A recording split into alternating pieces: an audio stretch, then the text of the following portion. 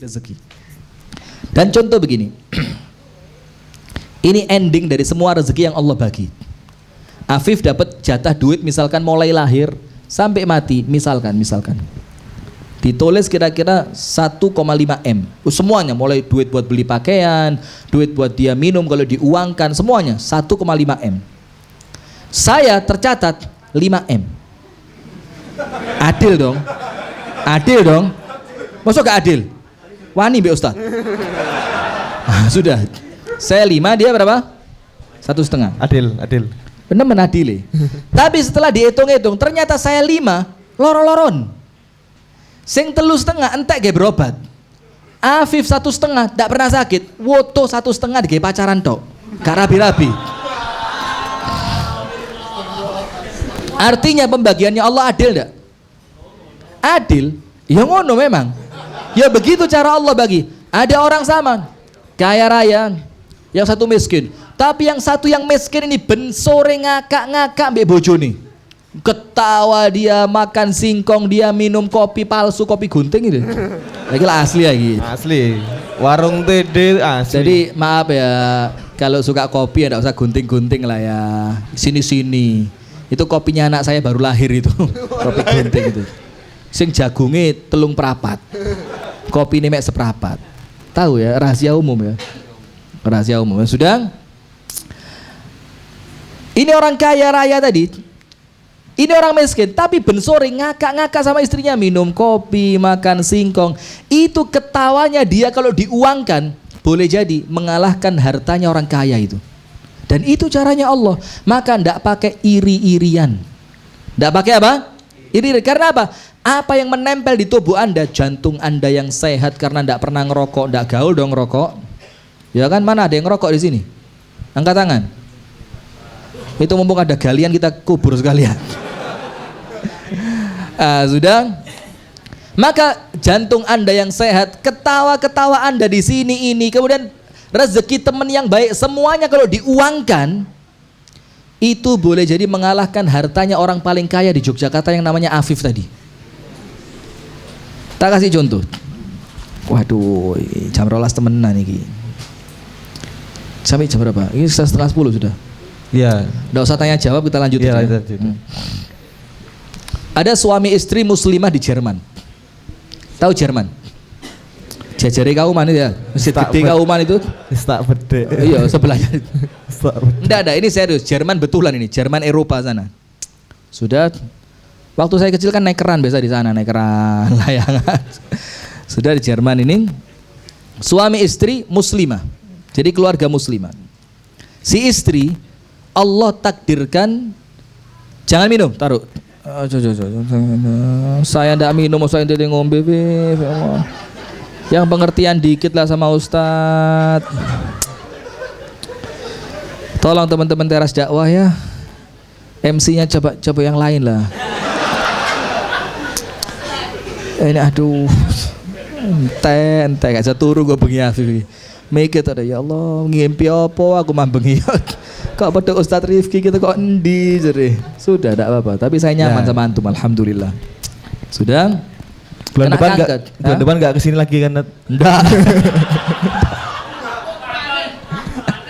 Iya, enggak apa-apa, Bu. Kalaupun saya kesini, insya Allah antum sudah tidak di sini lah. Kita sudah beda alam nanti mungkin. Ustaz dilawan. Katanya orang Arab, sari'ul badiha. Sari'ul badiha itu jawabannya cepat. Tahu Habib Muhammad bin Anis ya? Itu termasuk itu. Yo, termasuk sak macem nih. Ketika kita sedang tablik dengan beliau kan jadwalnya padat luar biasa, maka sesekali datang tablik itu telat.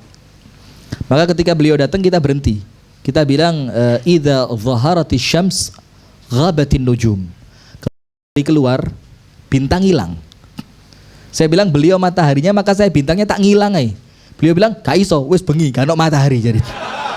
Berarti tetap ente sih ngomong, oh kalah kita orang sama dia. Habib Pak, Habib ya. Makomnya kalah kita. Nah sudah, ini kena kanker. Setelah kena kanker, datang ke dokter, dokternya bilang tidak bisa hidup. Stadium 4 terakhir. Usia kamu secara medis tinggal 2 pekan, pas 2 pekan. Istrinya bilang sama suaminya, wes mas, umur tinggal 2 pekan. Bagaimana pendapat kamu kalau saya serahkan semua aset saya ke yayasan umat Islam, biar dimanfaatkan oleh mereka. Semua aset saya keluarin lah, bekal saya nanti kalau saya mati saya punya tabungan di sana. Suaminya bilang, sesuka kamu, harta kamu, untuk bekal kamu nanti menjelang apa? Kematian. Setelah semua hartanya disedekahkan, tek kabeh. Dia ngomong sama suami, wes mas, permintaan terakhir. Apa? Antarkan saya ibadah umroh. Suami bilang, berangkatlah. Berangkat dia di Mekah. Sampai Mekah, subhanallah, ndak kolu mangan. Apa ndak kolu mangan bahasa Inggrisnya apa? Bahasa Inggris kok ndak enak. Antum mau tak kasih beasiswa kampung Inggris? Not delicious it. Iya keren. Baru ini rata genah ini. Not delicious it. Tidak enak Masya Allah. Subhanallah. Saya di kampung Inggris tidak pernah dapat kayak gini nih. Ini dukure kampung Inggris ini. Makomnya beda. Betul-betul kampungan kalau ini. Maaf ya.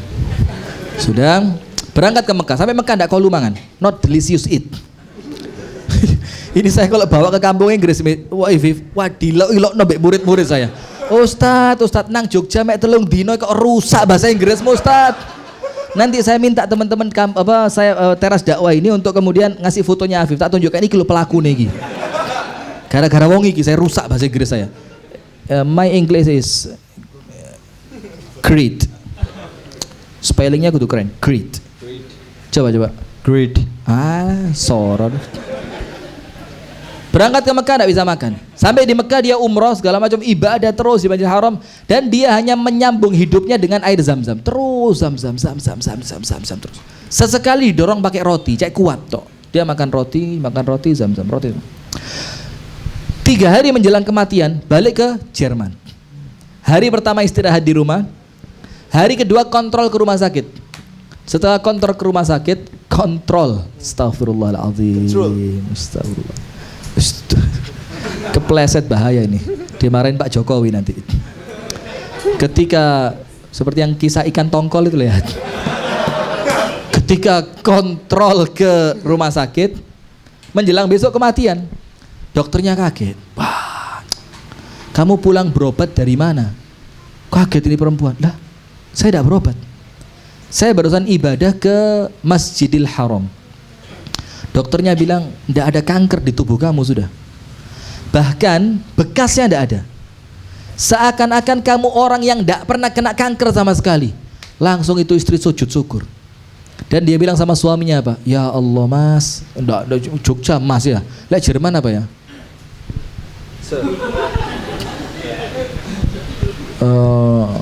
Apa ya? Sir.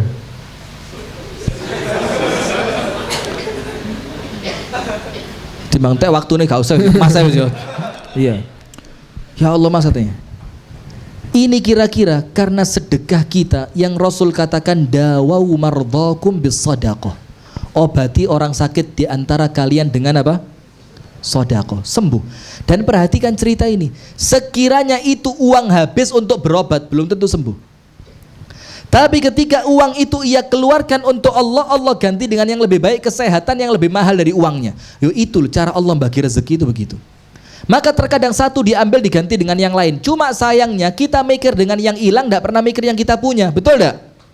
Maka kita ini terlalu sibuk dengan yang kita tidak punya sampai kita lupa mensyukuri dan menikmati apa yang kita punya.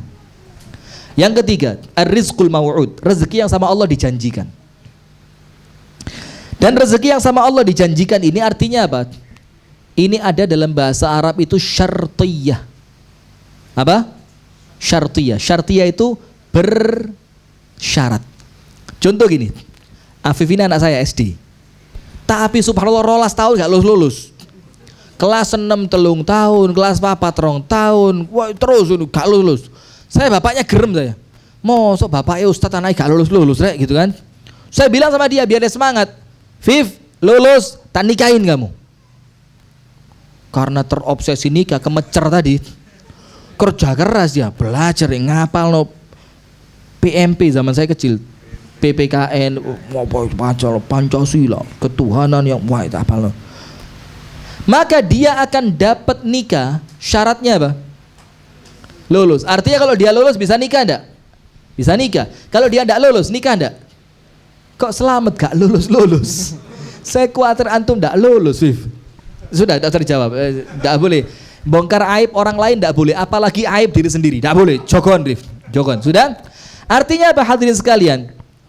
Ada syarat. Kalau syaratnya terpenuhi, Allah pantang mengingkari janji. Nah, sekarang coba lihat bagaimana narik rezeki yang Allah janjikan dengan syarat. Contohnya, Rasulullah Shallallahu Alaihi Wasallam bersabda, artinya ya langsung biar cepat. Setiap pagi 2 malaikat turun dari langit.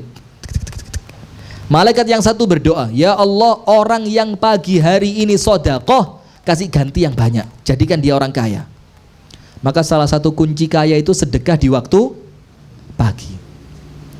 Malaikat yang kedua tidak mau kalah, turun, didoa sama Allah, ya Allah, siapa yang pagi hari ini pelit, mumsik, duitnya diperkes, gak ditokno blas, kasih dia kebangkrutan ya Allah.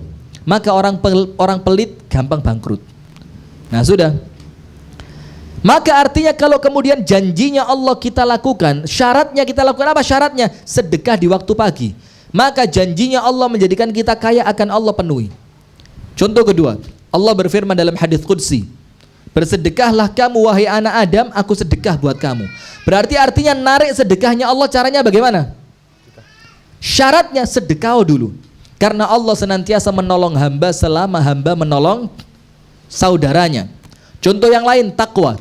Wa may yattaqillaha yaj'al lahu makhraja wa yarzuqhu min haitsu la yahtasib. Orang yang takwa, masalahnya selesai. Maka kalau nikah ditolak mertua terus, ditolak calon mertua terus, jangan-jangan takwanya rusak. Saya kan bilang jangan-jangan. Oh, ini orang soleh ini, Masya Allah. Kelihatan mukanya bercahaya, nur. Lihat, Masya Allah. Telinganya, ini telinga model-model laki-laki soleh. Apanya lagi? Kengkok bengi. Tambah lagi, gak kuat bayar kok. Sudah. Maka kemudian hadirin sekalian, syaratnya takwa. Kalau takwa urusan selesai. Kalau takwa dikasih rezeki yang tidak pernah Anda sangka, maka artinya apa? Gaji bulanan tidak masuk. Gaji bulanan kan sudah disangka. Yang Allah kasih untuk Anda yang bertakwa, yang Anda kaget. Dan itu makna firman Allah Ar-Rahman Ar-Rahim. Dalam tafsir Al-Jalalain dikatakan apa? Ar-Rahman Ar-Rahim artinya apa? Idza a'ta adhash. Allah yang apabila memberi, pemberiannya ngageti, bikin shock, kaget. Nah itulah syaratnya takwa, kasih rezeki sama Allah. Artinya rezeki yang Allah janjikan itu baru akan Allah penuhi setelah kita melakukan apa? Syaratnya. Orang yang sedekah diganti berapa kali lipat? 10. Dan ingat 10-nya ini belum tentu duit. Boleh jadi 10-nya apa? Ditambahi istri. Boleh jadi 10-nya ditambahi bahagia. Boleh jadi 10-nya ditambahi sehat. Boleh jadi 10-nya ditemukan dengan teman yang baik. Boleh jadi 10-nya sama Allah dikasih kemudian kebahagiaan yang luar biasa. Itu 10-nya. Cerita satu. Ini cerita hadithan, cerita baru. Dan ini kisah nyata. Seorang laki-laki Idul Fitri, bawa duit tipis, dikit duitnya, mau beli kambing buat bekal makan anak dan istrinya di hari raya. Karena duitnya dikit, dapat kambingnya kurus. Ya perawakan gini lah, kurus kambing. Kambing ini manusia loh, tidak boleh, tidak boleh. Laqad khalaqnal insana fi ahsani taqwim. Tapi kurusnya ya mirip. Kurus. Sudah kurus, ditarik itu kambing. Subhanallah, ucul. Ngerti ucul? Loss of control. Itu lepas itu kambing itu lepas. Ketika lepas dikejar sama dia. Lah jenenge kambing diuber tambah melayu. Antum tahu masuk mana kambing ini? Masuk di rumah panti asuhan yatim piatu. Ketika kambingnya masuk, pengasuhnya keluar. Ini wong sing nguber teko. Jazakallah khairan, Masya Allah mas. Pas anak-anak lebaran belum ada makanan, antum kirim kambing, Masya Allah. Terima. Iki wong lanang gak iso ngomong. iki ditarik kisinan, gak ditarik bojo ngamuk iki. Wah, akhirnya dia lebih milih bojonya ngamuk. Sudah pulang kelimpungan dia, kelimpungan dia pulang. Di tengah jalan dipanggil pedagang kambing. Ya rajul, ta'al. Laki-laki, sini. Lemes saya, kena apa mas? Gak apa-apa. Kepingin kambing tak? Iya, kata tuku kambing. Milih wis. Duitku gak ono. Kari mek tuwiti gak cukup. Kambing kuru ae gak cukup. Wis, milih sih. Sing kon paling seneng, sing paling gede, paling ganteng. Wah, kan keren kan? Topo gawat dit. Itu khas Malang banget itu. Bau banget itu. Pilih sama dia, cari ketemu gede, gemuk, ganteng. Kambing ganteng apa cantik? Cantik lebih pantas ya. Cantik apa ganteng? Bebas. Ya wes, pokok keren lah itu kambing. Tarik sama dia. Pedagang tanya, ini kamu suka? Suka pol. Harganya berapa? Duit gak cukup. Wes, tak sangka mau duit. Gawon muli. Lu? Gawon muli. Kenapa? Aku tadi malam dapat rezeki dan aku nazar sama Allah. Siapapun yang pertama kali lewat di depan toko kambingku, jadi di etalase banyak kambingnya gitu. Yang pertama kali beli kambingku, yang pertama, lo kan toko ya etalase. Pakai touchscreen gitu ya? Iya, beda titit kayak warung Tegal gitu. Jadi antum tahu sejarah touchscreen nggak? Itu sejarahnya diilhami dari warung Tegal. Kalau pernah ke Jakarta ya, itu kalau kita makan ke warung Tegal, bu, tek, metune persis. Akhirnya orang Jepang kan terinspirasi, Indonesia keren, menetok ini metu temenan. Mereka akhirnya keluar lah ini kan. Ini jangan kecil hati Anda, diambil dari warung Tegal ini, warteg. Dan sampai sekarang kita tetap gaya warteg, mereka sudah berubah. Sudah, apa yang terjadi? Katanya laki-laki, aku nazar tadi malam dapat rezeki, aku kasih siapapun yang pertama kali lewat depan sini, aku kasih kambing terbaik. Maka ini kambing buat kamu, lihat ini. Allah pasti ganti dan itu janjinya Allah. Dan ingat, Allah tidak bisa mengingkari. Penutup yang terakhir yang keempat, rezeki yang betul-betul milik kita. Rasulullah bersabda, yaqulu ibnu Adama mali. Manusia ngomong hartaku. Apa Rasul katakan? Dan bukanlah harta kalian kecuali 3 yang kalian pakai sampai usang, sampai apa, usang itu ya rusak ya, sampai rusak, lusuh, metel, sampai usang, begadus. New vocabulary. Thank you Mr. Afif. Sudah, atau yang kamu makan sampai habis, itu yang rezeki kamu. Dan yang ketiga, yang kamu sedekahkan dan menanti kamu di akhirat. Dan yang kamu sedekahkan yang menanti kamu di akhirat. Sekarang lihat, kita punya uang. Kira-kira uang itu untuk beli rumah dulu atau untuk sedekah dulu? Belum punya rumah ini. Jujurlah, manusiawi lah, beli rumah atau sedekah? Beli rumah kan? Itu sebabnya antum takut mati. Ada seorang laki-laki ulama lewat di hadapan Ar-Rasyid, Harun Ar-Rasyid. Dipanggil sama Harun Ar-Rasyid. Alim, sini alim. Ya, ada apa? Saya mau tanya sama kamu. Lima nakrahul maut, kenapa kita benci mati? Alimnya jawab dengan santainya. Li'annakum ammartumud dunya wa kharrabtumul akhirata. Fatakrahu an takhruja minal umrani ilal kharban. Kenapa kalian benci mati? Karena kalian bangun dunia menghancurkan akhirat. Maka kalian benci pindah dari yang kalian bangun kepada yang kalian hancurkan. Betul enggak?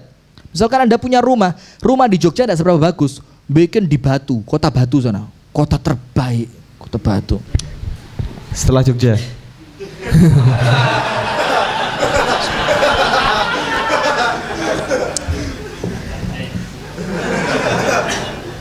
Sudah? Di Jogja rumahnya biasa, di Batu rumahnya tingkat 4. Lantai dasar khusus parkiran Ferrari, Porsche, Velfire, Hammer petil gitu ya. Pokoknya mobil keren. Lantai 1. Lantai 2 ruang tamu dan ruang keluarga. Lantai 2. Lantai 3 ada kolam renangnya, ada taman bunganya, ada perpustakaannya, ada minibarnya, ada tempat untuk view melihat matahari tenggelam sambil minum kopi, baca buku. Lantai 3. Beserta kamar. Gak usah bayang no angel. Sampai mati juga oleh. Lantai keempat, didak lihat langit. Jadi kalau malam pas matahari pas bulan malam matahari. Pas bulan purnama gitu bintangnya keren itu di atas sama istri berduaan. Enggak usah bayang kayak mungkin iso. Sama istri berduaan itu sambil minum berduaan, cerita-cerita. Sabar, Liv. Sabar. Afif sabar ya, sudah. Kemudian ketika rumah Anda yang Anda bangun di batu dengan sebegitu mewahnya, dengan sebegitu kerennya, itu sudah jadi. Kira-kira Anda kepingin cepet-cepet pindah apa enggak? Kepingin pindah enggak? Kepingin. Oh ya kepingin, omah api, omah elek kok. Kepingin pindah. Nah itulah ibaratnya kalau kita bangun akhirat. Kalau kita bangun akhirat, dunia enggak dibangun, cepat kepingin mati. Kenapa? Kita yakin di sana ada rumah kita. Tapi kenapa kita enggak mau mati? Duitnya gak dikirim nang akhirat. Duit tuku omah. Punya uang lagi bangun teras. Iki Sriwari iki entek ini waktune iki. Oh, cerdas. Jadi bapaknya ndak keluar anak ini tuh ngomong nggak sentek waktu nih. Iya, penutup terakhir nih. Punya uang lagi bikin garasi, punya uang lagi beli mobil, punya uang lagi ganti mobil. Terus duit habis untuk dunia. Terus kapan akhiratnya? Nah dengan itu maka kita ndak mau pindah ke akhirat. Kenapa? Akhiratnya remek. Ndak ada bangunan. Nah itu kita perlu mikir. Nah sudah, maka kemudian yang keempat ini rezeki yang kita miliki. Rasul katakan ketika nyembelih kambing, ngomong sama ibunda Aisyah, Aisyah bagi-bagi. Fulan sudah bagi. Ketika Rasul pulang, Rasul tanya Aisyah, ma baqiya minal ghanam. Apa yang tersisa dari daging kambing? Aisyah bilang habis semua. Tersisa paha depan. Rasul bilang la. Semuanya tetap milik kita kecuali paha depan. Artinya yang kamu keluarkan itu yang punya kamu. Yang bakal nunggu kamu nanti di mana? Di akhirat. Dan ingat duit antum yang di bank itu dibohongin. Pernah ngundang Zaim Saidi kan? Dibohongin, antum dikasih ongko. Podo bi anak saya kelas 3 itu bawa kertas kecil-kecil kotak-kotak. Abi minta duit, tak tanya, minta berapa? Nolnya minta berapa? 5 Abi. Kasih 5, 1 0 0 0 0. Kasih Umi beli es krim. Ditukokno temenan bi Umi. Tapi bukan pakai uang itu, pakai uang uminya. Ini cerdas, jadi kudu cerdas itu. Artinya antum seperti itu. Nah maka kita ini kudu ngerti bahwa uang kita sesungguhnya bukan yang ada di kantong kita, bukan yang di rekening kita, bukan yang di giro kita, bukan rumah atas sertifikat nama kita, tapi yang telah kita kirimkan kemana? Akhirat. Maka rumah antum bukan milik antum. Milik siapa? Ahli waris. Kecuali ketika rumah itu datang ke notaris, manggil ketua teras dakwah, wakaf untuk teras dakwah di depan notaris, trek stempel, materai, selesai. Ketika sudah ganti nama teras dakwah baru milik antum. Itu uang kita, maka jangan tertipu. Nah itulah hadirin yang dapat kami sampaikan. Semoga yang sedikit ini ya, sedikit, little. Very little. Semoga yang sedikit ini wakai padahal. Semoga yang sedikit ini bermanfaat. Kurang lebihnya mohon maaf, terutama kepada teman-teman sekalian dan ibu-ibu dan bapak-bapak pemirsa Madani TV. Apabila ada kalimat-kalimat yang kurang sopan, apabila ada guyonan yang keterlaluan, terutama untuk saudara Afif, ya sekedar meramaikan suasana ya. Afwan ya. Tidak ada apa-apa. Tapi kalau antum anggap serius ya tidak apa-apa. Nanti hitung-hitungan di akhirat kita. Kita tutup dengan doa kafaratul majlis. Subhanakallahumma wa bihamdika asyhadu an la ilaha illa anta astaghfiruka wa atubu ilaik. Kami kembalikan kepada saudara Afif. Masya Allah, jazakallah khairan kasiran kami ucapkan kepada Ustadz Rifki Ja'far Thalib. Thank you for accompanying us here. 1 hour with you make my English improve very fast. And then bisa Indonesia saja ya.